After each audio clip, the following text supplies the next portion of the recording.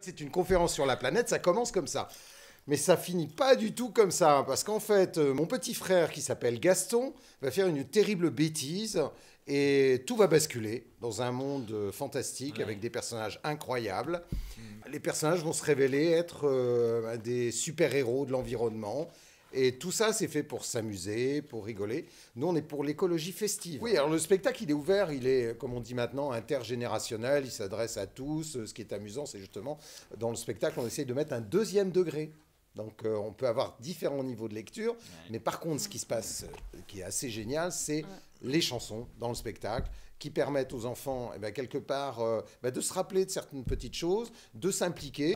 Et mine de rien, des petits gestes comme ça, fait dans la bonne humeur, ça peut faire avancer les choses. Totalement. Voilà. Avec des chansons participatives qui apprennent aux enfants à trier leurs déchets, par exemple. Ah oui, et des chorégraphies. Et des chorégraphies. Ah oui. Tout à fait. On n'est pas là pour dire c'est ça qu'il faut faire. C'est ça qu'il faut faire. Non, il ne faut pas faire ça, ça c'est pas bien, il faut faire ça. Chacun fait ce qu'il a envie, arrête-toi. Tout ce qui est écrit dans le spectacle est totalement vérifié scientifiquement, techniquement, par nos partenaires, nos cofinanceurs de ce spectacle, les co-emballages. Et donc, tout est vrai dans le spectacle. Donc, c'est ça qui est intéressant.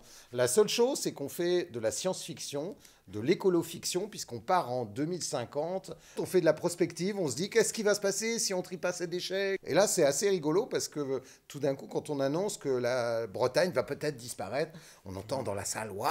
Donc ça, c'est de l'imaginaire. Hein. Mais il y a des études qui ont été faites. Ça peut se produire en Camargue, ça peut se produire dans les polders là-haut, en Hollande et tout. C'est juste pour un peu titiller l'imagination et se dire...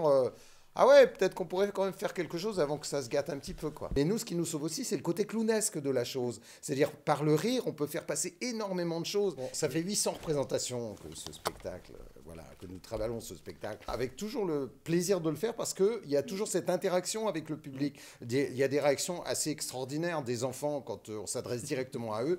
Et je trouve que ça, c'est un vrai moteur. Et puis nous, on essaye aussi de se renouveler, d'apporter des choses. De se faire des surprises sur scène. Oui, c'est ça qui est amusant. Ça permet de créer d'autres choses. J'espère que le public s'amuse autant que nous sur scène, c'est ça le plus important. C'est un peu un pari qu'on a fait il y a une douzaine d'années de se lancer dans ces spectacles sur l'écologie.